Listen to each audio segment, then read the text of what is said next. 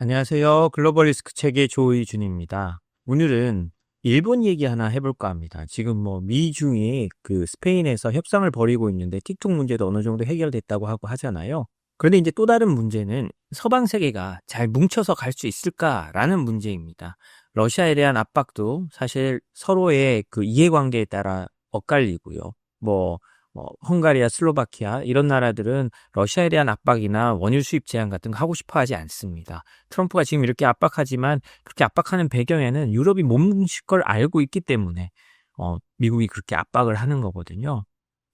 그런데 아시아에서 좀 특이한 나라가 하나 있습니다. 뭐 호주나 뉴질랜드 이런 데들은 뭐 역사적으로 미국이나 영국이나 같이 움직이고 파이브 아이즈의 일원이고 하다 보니까 그런 건 이해가 가는데 우리가 아시아에서 좀 특별하게 대러 압박, 그다음에 대중 압박에 앞장서는 나라가 있습니다. 바로 일본인데요. 뭐 일본은 사실 우리랑은 좀 다릅니다. 워낙 일본 자체가 인구 1억 넘는 큰 시장이기도 하고 중국 없이도 살아갈 수 있는 자체적으로도 경제를 유지할 수 있는 나라이기도 합니다.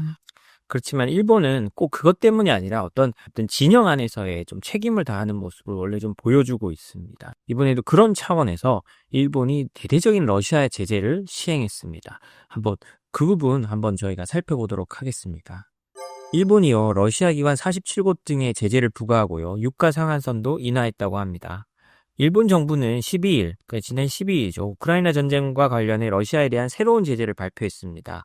이번 조치를 통해 러시아 기관 47곳과 개인 9명이 제재 대상으로 지정됐고, 셰이첼과 마셜 제도 소속 물류사 3곳 또한 제재됐습니다. 해상 운송되는 러시아산 원유 가격 상한선도 기존 배럴 60달러에서 47.6달러로 EU와 똑같이 낮췄고요. 일본이 서방이랑 보조를 맞추겠다는 뜻을 명확히 한 거죠.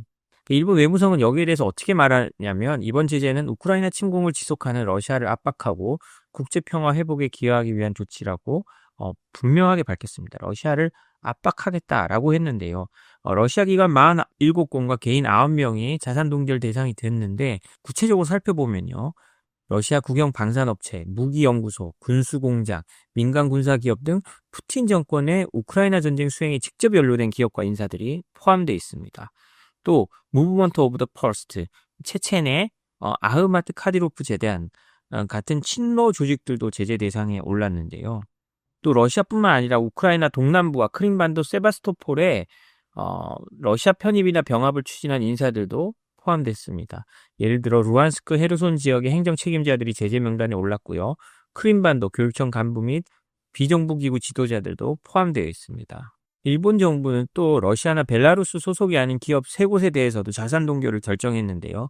셰이셸과 마셜 제도 소속인 기업들의 선박 운송 관련 회사들인데 러시아 제재에 직간접적인 회피를 도왔다고 이렇게 제재를 했다고 합니다. 그리고 일본은 러시아 기업 2곳과 중국, 홍콩, 터키, 아랍에미리트 등 제3국 기업 9곳에 대해서 첨단 기술이나 군사용으로 전용될 수 있는 자산과 장비 수출을 금지했다고 합니다. 그러니까 이제 일본이 러시아에 대한 수출 통제도 하는 거죠. 이쪽으로 가면 러시아군을 돕는다라는 걸 명확히 하고 일본이 수출 통제까지 진행하고 있는 겁니다. 특히 주목되고 있는 부분은요, 러시아산 해상 원유에 대한 가격 상한제 강화입니다. 일본은 기존 배럴 60달러 상한선을 47.6달러로 낮췄고, 이는 G7, EU, 영국과의 보조를 맞춘 건데요. 사실 이런 걸 보면 참 일본이 어떻게 생각하면 세계 2위의 경제력을 굉장히 오래 한 나라고, 지금도 뭐 많이 내려왔다고 하지만 우리와는 비교할 수 없을 정도의 경제 크기를 갖고 있잖아요.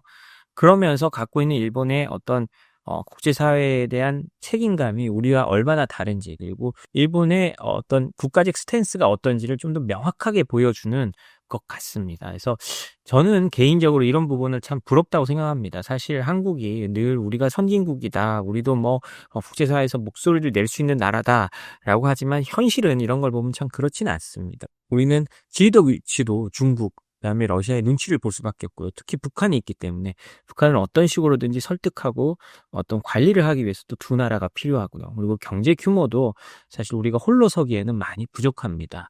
그리고 뭐 단순히 이거는 뭐 우리 국민이 얼마나 잘 사냐, GDP의 문제가 아니고요. 우리 땅에서 나는 생산력 자체가 너무나 낮기 때문에 어떤 이웃 나라와 잘못 지낸다거나 어떤 우리가 큰 문제가 갑자기 이웃 나라랑 생긴다면 우리의 생존 자체가 회복할 수 없을 정도로 그 피해를 받을 수 있기 때문에 우리는 이렇게 강하게 나가지 못하는데요. 아무튼 여러모로 봤을 때 이렇게 할 수 있다는 것 자체가 일본의 체급 그리고 일본의 힘을 좀 저는 보여준다고 생각하고요. 그리고 한국 입장에서는 일본이 이렇게 나간다면 못 이기는 척하고 이렇게 꼭 공식적으로 발표하지는 않더라도 못 이긴 척하고 이렇게 미국이나 일본, 유럽과 보조를 맞춰가는 게 우리에겐 좀 도움이 되지 않을까라고 저는 생각을 합니다. 최근에 G7 외무장관들이 만났거든요. G7 외무장관들이 만나서 무슨 얘기를 했나라고 보는데 이 G7 외무장관들이 만난 거는 이유가 하나입니다. 러시아에 대한 압박입니다. 지금 일본의 이런 제재 같은 것도 이런 G7, 일본이 G7의 일원이니까요. 거기에 맞춰서 나온 가능성이 있습니다. 왜 이 사람들이 만나느냐? 뭐 많이 들어서 알고 계시겠지만 폴란드 드론이 나타난 것 때문에 그렇습니다. 지금 폴란드도 그렇고 루마니아도 그렇고 러시아의 드론이 영국을 침공했다는 얘기가 있고 폴란드는 러시아 드론을 격추시켰잖아요. 사실 러시아 드론이 폴란드 영공을 넘어간 게 이게 처음은 아니라고 합니다. 뭐 여러 차례 넘어갔는데 그동안은 확전을 우려하거나 해서 안 했는데 이번에 이제 나토에서 참지 못하고 격추를 한 거죠. 더 이상 이러지 마라. 라고 한 건데요. 그 이유가 나옵니다. 이 G7 외무장관들이 뭐라고 했느냐? 러시아가 점점 더 공격적이다. 그래서 관세 등 추가 제재를 논의해야 된다라고 모여서 말을 했다고 합니다. 이번 회의는요. 캐나다에서 지난 12일 열렸다고 합니다. 이렇게 급히 모인 이유가 뭘까요? 바로 그 전날인 11일 러시아 드론이 폴란드 영공을 침범한 사건이 주요 배경이 됐는데요. 캐나다의 프랑스와 필립 샴페인 재무부 장관은요. 러시아의 전쟁 자금 조달 능력을 마비시키기 위해 경제적 수단을 더욱 강화해야 된다고 강조했고 G7은 동결된 러시아 국유 자산을 활용해 러시아의 방위를 위한 자금을 마련해야 된다고 보다 적극적으로 추진하자라고 했다고 합니다. 이제 동결된 자금을 지금까지는 거기 나온 이자만 가지고 지원을 했는데 그게 아니라 이 동결된 자금을 뭐 조금 더 적극적으로 활용하는 지금 나오고 있는 얘기는 뭐 몰수까지 나오고 있잖아요. 이제 그럴 수 있다고 이제 지금 러시아를 협박하는 거죠. 뭐 사실 러시아는 그 돈은 없는 돈이라고 생각할 겁니다. 전쟁이 끝나도 그 돈을 돌려줄 가능성은 별로 없거든요. 왜냐하면 전쟁 배상금이나 뭐나 계속 소송이 걸려오고 우크라이나에서도 소송을 걸고 할 거기 때문에 사실 그 원금이 남아 있을 수는 있지만 동결돼 있을 수는 있지만 그 돈을 찾아오기는 굉장히 어려울 겁니다. 그래서 G7은 우리 돈 가져갈 거야 라고 협박하는 그런 또 메시지를 발신했습니다. 그리고 최근에 뭐 이 나라들이 금방 말씀드렸듯이 원유 가격 상한을 기존 배럴당 60불에서 47.5%로 낮췄잖아요. 이 같은 조치를 토대로 G7은 러시아에 대한 추가 제재 및 관세를 포함한 광범위한 무역 조치 가능성도 검토하고 있다고 합니다. 추가 제재 및 관세, 뭐 관세라면 그 러시아와 거래하는 나라에 대한 그 2차 관세를 매기는 걸 말하겠죠. 트럼프가 요구하는 걸 겁니다. 근데 이게 참 쉽지가 않습니다. 왜냐? 트럼프는 러시아 거래하는 나라와 관세를 매기라고 한다면 핵심은 어디입니까? 지금 인도가 트럼프가 25%를 매겼지만 핵심은 중국이거든요. 중국의 EU가 25%, 50%, 트럼프 요구는 50%, 100%죠. 관세를 매긴다. 그러면 EU가 중국과 떨어지게 됩니다. 그러면 EU는 자신들의 최대 시장을 잃게 되는 거거든요. 지금 EU는 여러모로 어렵습니다. 프랑스에서 어떻습니까? 지금 복지 삭감이나 이런 데 반발해가지고 나라의 부채 비율이 110%가 넘어가는데도 프랑스인들이 격렬한 시위를 벌이고 나라를 멈춰 세우겠다고 나오고 있잖아요. 그런 상황에서 지금 중국과의 거래를 끊는다? 뭐 유럽은 굉장히 곤혹스러울 수밖에 없고 현실적으로 거의 불가능합니다. 거기서 일어나는 실업이나 여러 가지를 감당할 만한 유럽의 체력이 없습니다. 왜냐 너무나 오랫동안 그동안 평화를 유지하면서 복지로 너무 많이 퍼줬기 때문에 국민들도 그걸 너무 당연시합니다. 35시간 일하고도 아시아 사람들보다 한국 사람보다 더 많은 임금을 받고 휴가도 더 많이 가야 되고 그게 권리인 줄 알고 있거든요. 그렇기 때문에 이 유럽병을 고치기 아주 힘든 상황에서 우크라이나를 위해서 중국에 제재를 한다? 얘는 뭐 유럽에서는 저는 있을 수가 없는 일이라고 생각을 하는데요. 어찌됐든 거기에 대해서 이제 유럽은 굉장히 곤혹스러워하고 있을 것 같습니다. 그 부분은 저희가 나중에 한 번 더 살펴보도록 하고요. 스콧 베선트 미 재무장관은요. 여기서 이렇게 말했습니다. 유럽이 러시아에 대한 압박을 강화하면 미국도 제재 수위를 높일 준비가 돼 있다. 이건 뭐 트럼프 대통령이 계속 하는 말이잖아요. 그러니까 니들이 해라. 니들 일이다. 우리 일이 아니고 니들 일인데 니들이 하면 우리가 도와줄게. 라고 하는 게 미국의 입장입니다. 아주 교묘하게 또 유럽을 더 괴롭히고 있는 거죠. 어찌 됐든 이렇게 폴란드 사건이 난 다음에 G7 재무장관들이 하루 만에 모였다는 건 그 사건을 그만큼 중요하게 생각하고 있다는 거고, 이제 이게 자칫 잘못하면 역사적 변곡점에 이를 수 있다고도 판단하는 게 아닌가 싶습니다. 그래서 그 부분은 긴장이 어떻게 고조되는지, 앞으로 어떻게 되는지 저희가 잘 살펴보며 따라가야 될 것 같습니다. 또 다른 소식 하나 알려드리겠습니다. 트럼프식 협상의 성과, 벨라루스 제재 완화 대가로 정치범 등 52명을 석방했다는 건데요.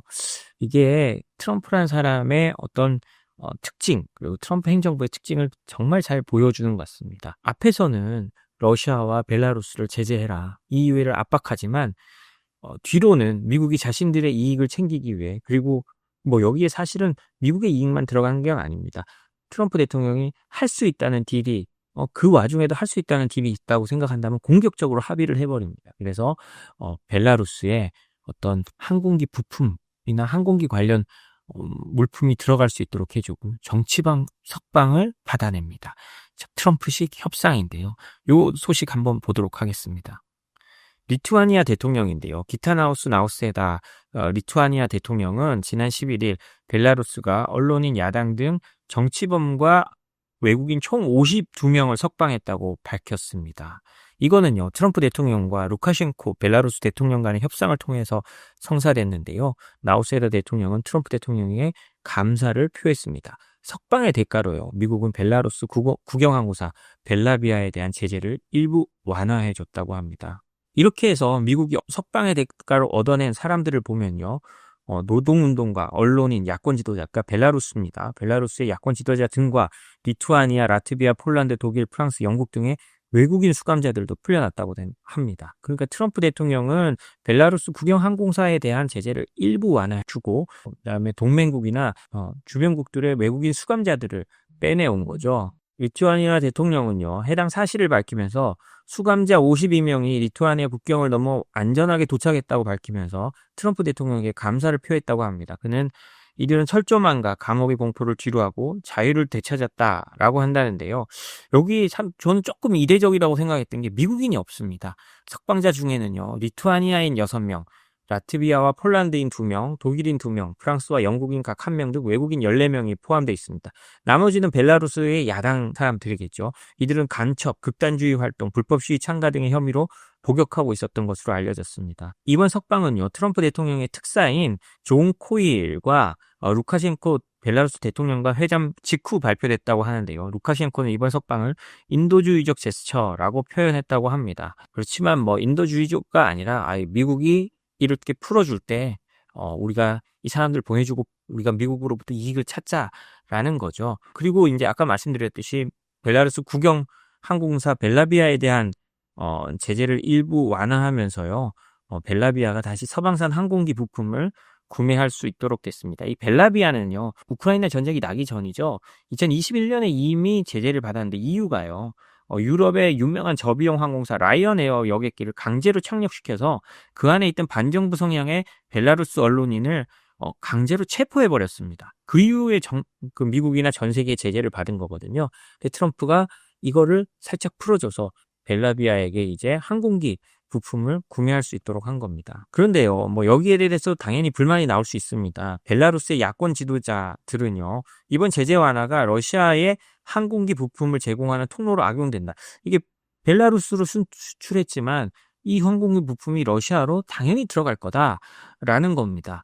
왜냐하면 저희가 뭐 여기서 여러 번 소식을 전해드렸지만 러시아가는 항공기가 진짜 중요하거든요. 국토가 너무 크니까요. 그런데 문제는 항공기 부품이 없습니다.